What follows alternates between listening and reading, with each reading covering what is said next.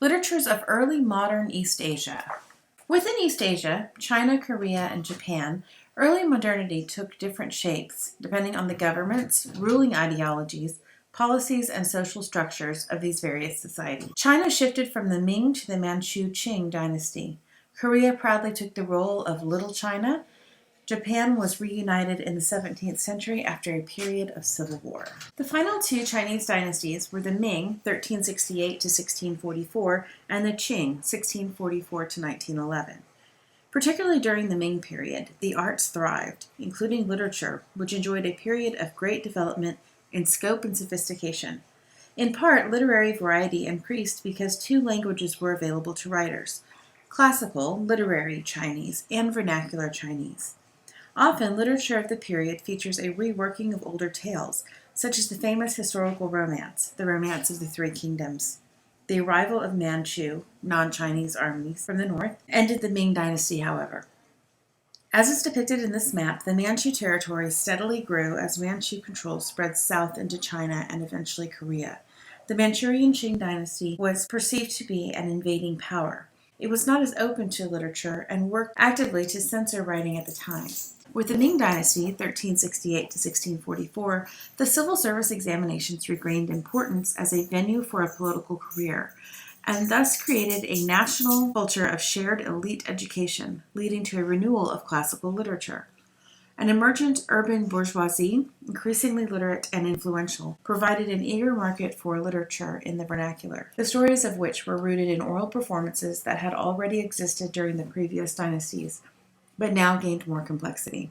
In 1644, Manchu armies from the northeast descended into China and established the Qing dynasty, which ruled China until the Republican Revolution of 1911.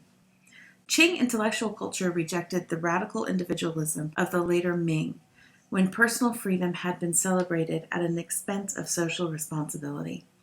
They approached the canon using an empiricism known as evidential learning and treated sacred texts as historical documents. The Qing dynasty, 1644 to 1911, and its intellectual culture rejected the radical individualism of the later Ming and turned away from a brand of Confucianism that claimed that humans possessed an inborn knowledge that needs to be rediscovered, not learned. The four great classical Chinese novels are Water Margin, The Romance of the Three Kingdoms, Journey to the West, and The Story of the Stone. Water Margin and Romance of the Three Kingdoms were written in the 14th century. Journey to the West was written in the 16th century, and The Story of the Stone was written in the 18th century. Together, the novels tell of a life in the Ming and Qing dynasties that are the most influential works of pre-modern Chinese literature.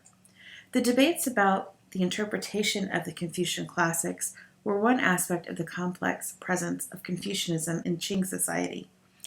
Confucianism was a form of governance, a tool of civil service recruitment, a tradition of textual study and system of public morals and personal ethics that would guide all aspects of life. Its rigid demands for socio-political success and moral self-cultivation failed to address the complexities of human nature and pressures of living in a complex world, to the extent that its elite values were exposed as hypocrisy. The Journey to the West, 1592, had a historical basis in the journey of the monk Xuanzang, or Tripitaka, who traveled from China to India in search of Buddhist scriptures during the reign of Emperor Taizong, one of the most splendid emperors of the Tang dynasty. At the time, travel to the Western territories was forbidden, and Tripitaka could have faced arrest and execution. He returned 17 years later under imperial patronage and spent the last 20 years of his life in the Tang capital of Chang'an, translating sutras and Buddhist texts from Sanskrit into Chinese and writing a record of his experience during his travels. The focus on dreams is apparent in the novel's alternate English translation of its title, Dream of the Red Chamber. It is also obvious in the family name, Jia, which is a homophone for a Chinese word meaning false, while Zhang, the name of another prominent family in the novel, is a homophone for real. The Zhang clan apparently was meant to be a mirror of the Jia clan and to have more prominent roles later in the novel. But this story was largely lost when Cao Sei-ching died, leaving the novel unfinished. Given this context, the reader should pay attention to the interplay between the fantasy frame narrative and the realistic main narrative. The image you see on your screen is the Monkey King Son Goku from the Chinese novel Journey to the West by Yashima Gakute. a Japanese artist from about 1786 to 1868. So let's test your knowledge. Which of the following is true of the Ming Dynasty, 1368 to 1644? A. Classic literature became popular and vernacular literature almost disappeared. B. Vernacular literature gained popularity as classical literature continued to fade. C. Neither classical nor vernacular literature were prized. D. Classical literature and vernacular both grew in popularity. Pause the video and make your selection. During the Ming Dynasty, the earlier Chinese system of educating an elite class with a grounding in the classical texts as preparation for a political career re-emerged. Thus, classical Chinese literature regained some of the importance it had once held in public life. This re-emergence, however, occurred simultaneously with increasing interest in vernacular literature, especially in urban centers.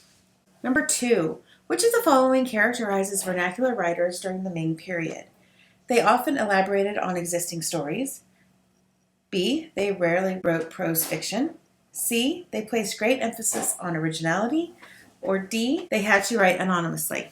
Please pause the video and make your selection.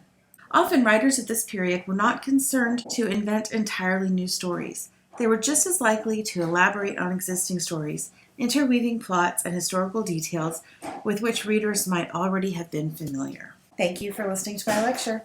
Bye.